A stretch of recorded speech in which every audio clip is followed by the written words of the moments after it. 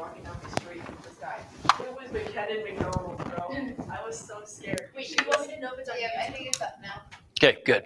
I was so scared. She literally rang my doorbell, and I was hiding in my room with my dog because I didn't want to answer. Okay. So we did mean value theorem for derivatives, right? That's the one where if you meet the criteria, if the function is continuous and differentiable on the interval, then the mean value theorem for derivatives guarantees there's going to be at least one place between the endpoints where the slope of the tangent line equals the slope of the secant line. Videos are up on those. We can go through a problem at the end if we want to do one, that's fine. I do want to show you this though. This is the mean value theorem for integrals. This is a little different. This is a really cool one. It has to do with average value stuff. So here's what it says. Again, same criteria. If f of x is continuous on this closed interval, and that's really the only criterion for this one, then there's at least one interior point such that, is that right? Hang on a second. Yeah, there's at least one interior point such that the average value of the function is given by this, okay? Okay. Yeah. Such that the value of the function at c, let me say that again, such that the average value of the function is equal to the value of the function at c. In other words, what this tells us is that if the function's continuous on the closed interval, I think this should be the open interval. That should be the open interval for sure. These books. Yeah. Between the endpoints where the value of the function is equal to its average. In other words, where the function passes through its average value. That's it. Okay. Okay. So what's that mean? Let's first of all, we need to talk about what this part means. This is what defines the average value of the function right there. Why? Why? And it'd be really, this is maybe a better way to see it is this way instead of just pulling that fraction out front. Okay, so here's why. If we've got some function that's continuous from a to b, how would we define the average value of the function? Well, the average value of the function is going to be the value that's going to give you the same rectangular area as you had with the complicated area with the curvy top. Okay, so here's how you have to kind of think about this. I'm going to bring out my two-dimensional angle grinder, and I'm going to take this function, this curvy function, and I'm just going to start grinding it down from the top, creating rubble as I go. And I'm going to go until the rubble that I create fills in all the low spots. Everybody agree that at a certain point, I'm going to be grinding this thing down and it's just going to be flat on top because the rubble will have filled in any low spots, right? So what I've really done there is I've just reconfigured the area. I've turned the area from, again, I had this complicated purple area. I just reconfigured it and made it a simpler rectangular red area, but they're the same, okay? Well, if I do that, then the height of that rectangle we define as the average value of the function. Okay, everybody see that? Okay, so how would we add that up? Well, the total area of either one of those two things, either the area under the complicated curve or the area under that horizontal line, it's just going to end up being the area under the curve, isn't it? Right? That's just an integral. Okay, so that represents this part right here. This part is just area under curve. if I want to know what the average value is, well, I'm going to think of that area as a rectangle. And how could you solve for the height of that rectangle if you know its area?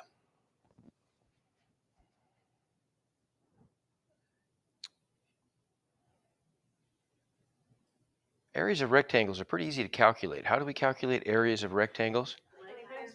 Length times width, or in this case, width times height, maybe, right? So if I know the area and I know the width, don't I? Yeah, I'm just dividing the area by the width to get the height then, aren't I? Right? So isn't that all this is then? I'm just dividing the total area in the form of an integral, right? The area under the curve, which is the same as the rectangular area, divided by the width of the interval.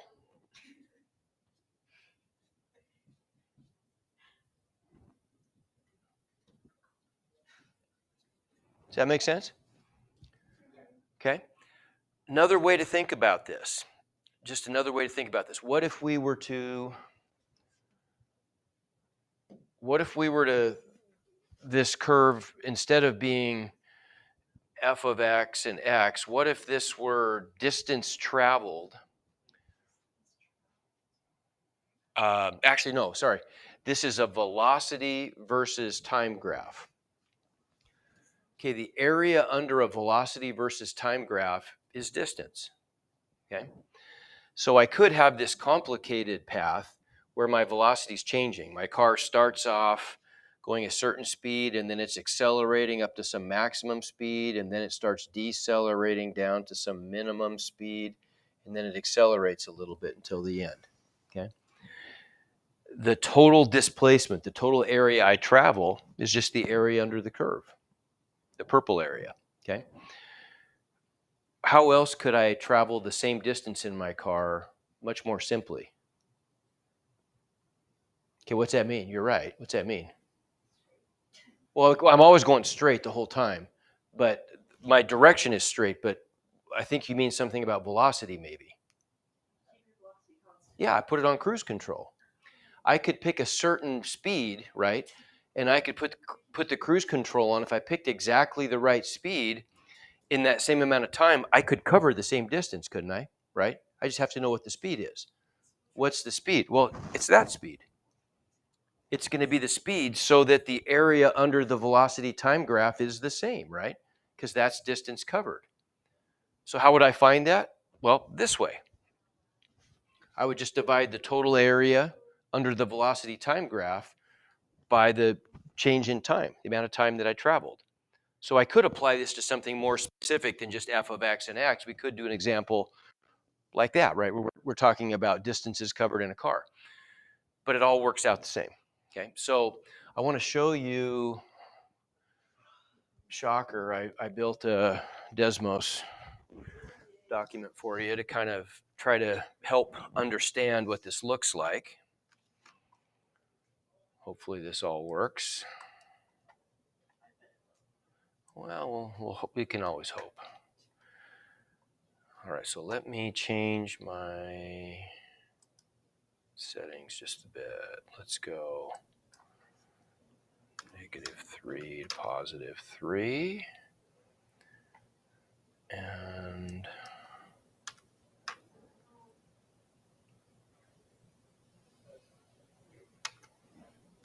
okay, something like that maybe. Okay, so I've got this function y equals 4 minus x squared, and that's its graph. Okay, let's say I want to find the area under the curve from -2 to 2.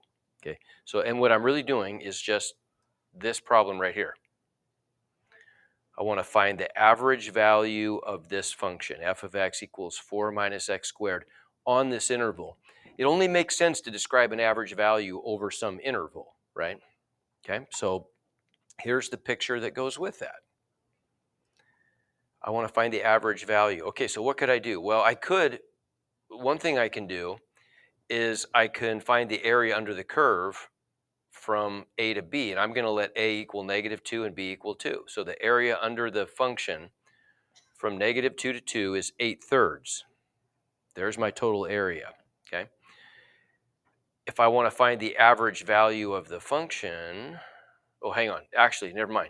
The area under the curve is 32 thirds. Okay. If I want to find the average value of the function, I just have to divide that area by what? Which is what? 2 minus -2. Which is 4. 4. Yeah, there's the width of my interval is 4, right? If I divide that by 4, 32 thirds divided by 4 is 8 thirds. So that tells me that the average value of the function should be 8 thirds.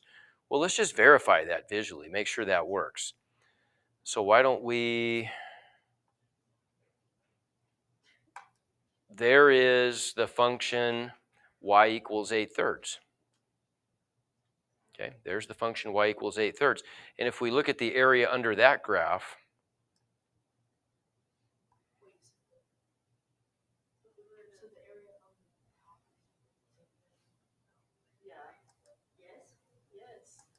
So that would be if we That's if we cut out the top and put it into and those. let it fall into the box. yeah, right. So if I, The box, that's the same area. same area. Yeah, if Oh, I grind that thing down, the rubble's going to fill in those little divots on the side. Oh, okay. Okay. So I'm claiming that the blue area and the red area are the same. Okay. And if they are, well, they are. If they are, then that makes this the average value because that would be the height of the rectangle. That's how fast I'd have to put my car on cruise control if I'm gonna mimic this same distance exactly. So the blue path would be I start at rest, I accelerate up to some high speed, and then I decelerate back down to 0. I could cover the same distance by just passing through the starting line with my cruise already on that speed and just traveling the same speed the whole time. How about that? Okay. So we found what the average value was. It's 8 thirds. Now the second part of the question, really the part that's all we've done so far, again, there's just an existence theorem. If the function is continuous, then it has an average value, is what the MVT for integrals tells us. Tells us there's going to be at least one place between the endpoints where the function passes through its average value. Okay, well, so now that's what we're asked to find. So then to find that, we would just have to do a little algebra. It's not even calculus, right? I would just have to set my function equal to its average value and solve. Okay, what does that accomplish? If we look on the graph, if I set the function, which is the blue curve, equal to its average value, which is the red line, then the solution is just going to be where those two intersect, right? So the solution is just going to be, I think I even did this, didn't I? Oh, maybe not. Hang on. Oh, I thought I did. Darn it, didn't I? Oh, yeah, I did right there. Ha. Okay. There are the places where it happens. Okay. It happens at, square root of 4 thirds is what that ends up being. But negative, as a decimal, negative 1.155 is one place, and positive 1.155 if I round the, approximate the exact values. Okay, now let's do that. We saw it. Now let's do it using calculus. Okay, let's verify that we can find this without Desmos. Okay, so first of all, what's the average value, which we'll call F bar. Averages, we put a bar over the top, and that indicates an average in math. So average value of the function would be what? How do I calculate an average value again? It's the integral Okay, so the area under the curve, right? over the distance. Over the width, exactly, right? Now, we don't know what the average value is yet. That's what we're trying to find. So we can't write the area under the curve as a rectangle yet, right? We have to just do it we have to use the complicated top. We have to do an integral to find the area.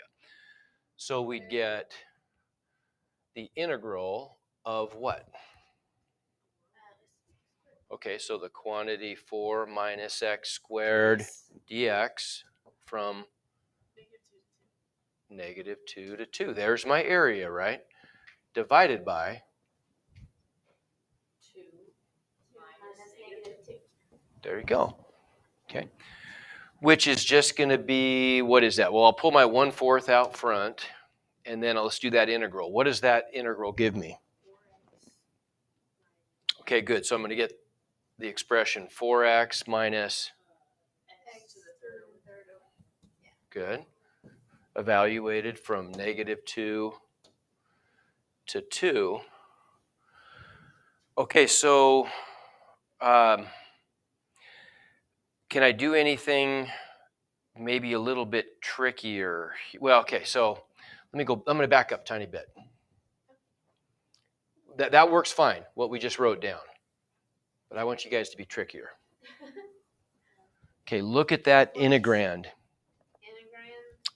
What do you see there that says, oop, I might have a shortcut? You can multiply by 2 and go from 0 to 2. Ah, yeah, good. I get What is that called? symmetric limits of integration. Yeah, I've got symmetric, don't want to do that. I've got symmetric limits of integration and an even function, don't I? Right? Right. Okay, so then that means I could write this as 2 times the integral from 0 to 2 of 4 minus x squared dx all over 4, right? Okay, and why is that? I mean, just it's not. Is it a huge deal? Nah, probably not, but it helps a little bit. Okay, so that gives us on top, you guys already told me that gives us 4x minus x cubed over 3, yep. Evaluated from 0 to 2. That's nice because what's the value of that expression at 0? 0, right. Oh, should be out front, shouldn't it? There you go. Thank you. Good catch. So we get 2 times what? 8 minus 8. There you go. Which is just going to be what, 16/3 in there? 2 times 16/3. There's our 32/3. Right? 24/3 minus 8/3 is 16/3. Okay. Times 2 is 32/3. There's the area we found, right? Divided by 4. Okay, which is the same as 16 over 6. What? 18 over 8/3. Oh yeah, so 16 over 7. Right, because if I multiply by 1/4, 32 over 4 is just 8. Okay, good? Yes. So we got it. We found the average value. Okay, so we got the average value. There's our F bar. But we need to find, we're guaranteed that there's at least one interior place where the function passes through its average value. So now it wants us to find that. Where does the function equal its average value? So this is the purple question. Exactly. That's all we do. Perfect. So we just say 4 minus x squared equals 8/3 and we solve. So we push the x squared to this side, subtract 8/3, and we get x squared equals 4/3. Right? Everybody agree? So then if I square root both sides, I just get x equals plus or minus 2 over the square root of 3. Well, we don't worry about that in calculus so much, but we could if we wanted to, which is the same thing.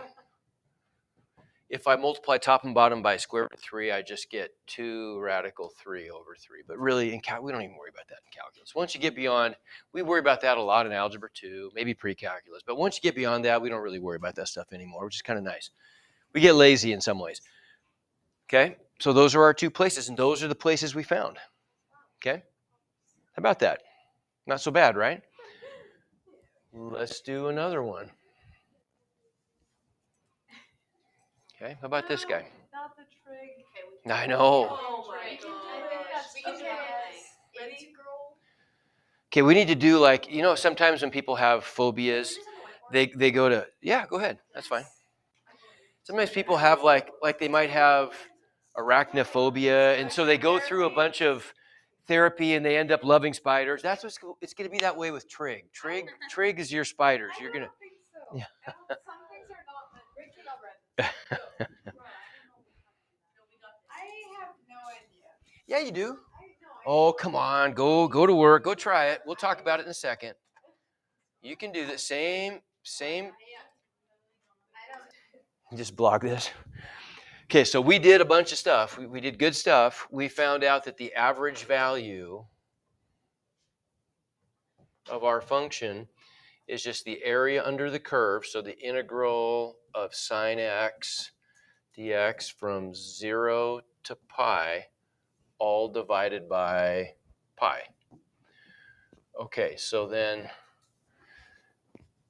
the definite integral of sine x from 0 to pi is just going to give us back the expression negative cosine x evaluated from 0 to pi, right? Which is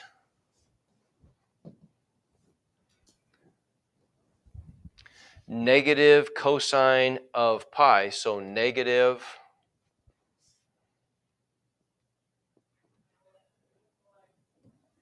-1 times -1, which is 1, minus negative cosine of 0, which is -1, right?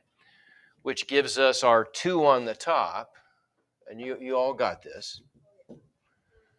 2 on the top over our width of the interval pi.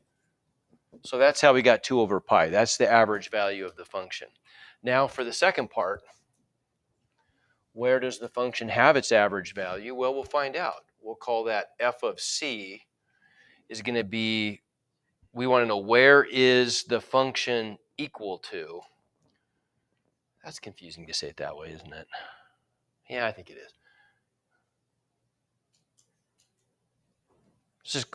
Let's just call it x. We don't need to call it c. We need to know where is our function f of x equal to 2 over pi. And so this is not something you know. This is a calculator question. You can't calculate it in your head, Mr. White? No. X equals arc sine of 2 over pi, which is approximately equal to, what'd you get, 0.69? Okay, so we got to remember something though. We have to remember where the principal domain is for inverse sine and inverse cosine and all that stuff, right? So this is a unit circle issue. If we go, the unit circle is everything. If we look on the unit circle and we're talking about a sine function or an inverse sine function, okay, we want to pick the interval where inverse sine is going to be all possible values are represented, right? Sine varies between -1 and 1. Sine is the vertical component, agreed? So the vertical component is going to stretch from -1 to 1 when we join quadrant 1 to what other quadrant? Not 2, because look, 2 is going to repeat. It's going to be 4, isn't it? Right? So the principal domain of inverse sine is this domain that includes quadrants 1 and 4. So it would go from negative pi halves to positive pi halves. So our calculator is going to give us back any solutions between, does that make sense? Okay, but we've got to find everything between 0 and pi, right? So we got the answer 0.69 radians, which is, that's not very much. So that's going to be like right here, for example. There's the answer that we got in quadrant 1. That's the place where sine is equal to 2 over pi. 2 over pi is going to be a little bit more than a half, isn't it? Right? So I guess maybe that needs to be a little bit higher. right? That's the place where the y coordinate is equal to 2 over pi. So we'll call it like right there, let's say. Okay. Where else between 0, here's our starting line. We're starting at 0, and we're going all the way over to pi. Where else would that occur? Between 0 and pi, where would the y coordinate have that same value?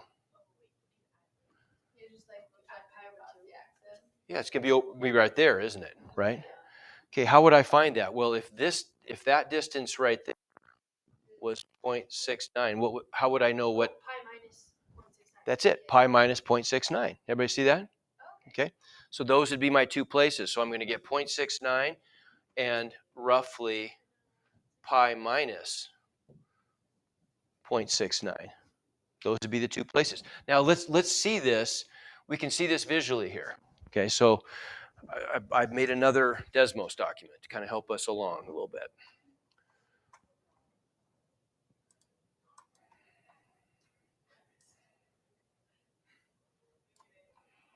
Okay, so there's our sine function from 0 to pi, right? We already added up that the area under the curve was, no, we didn't. What did we get for the area under the curve? Oh, you know what? I think I messed this up. No, I did. We got 2, right. And so 2 divided by pi is about, see, I got something a little different. I got 0.636. Oh, but never mind. That's not the solution. Never mind. You're right.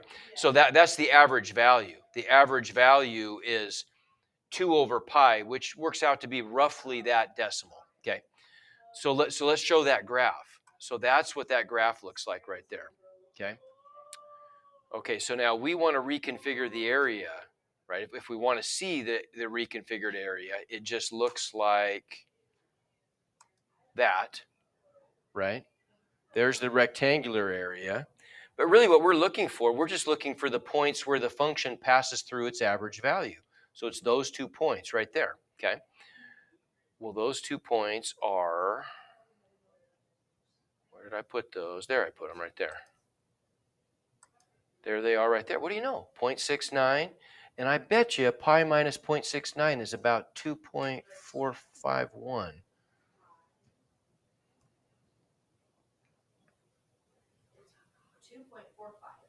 There you go. How about that? How about that? Okay, amazing. See how that works? Okay, and really, this isn't hard. The tricky part of this is probably the part you're less familiar with is the trig part, probably, right? But that's why it's so good. We need to do trig problems.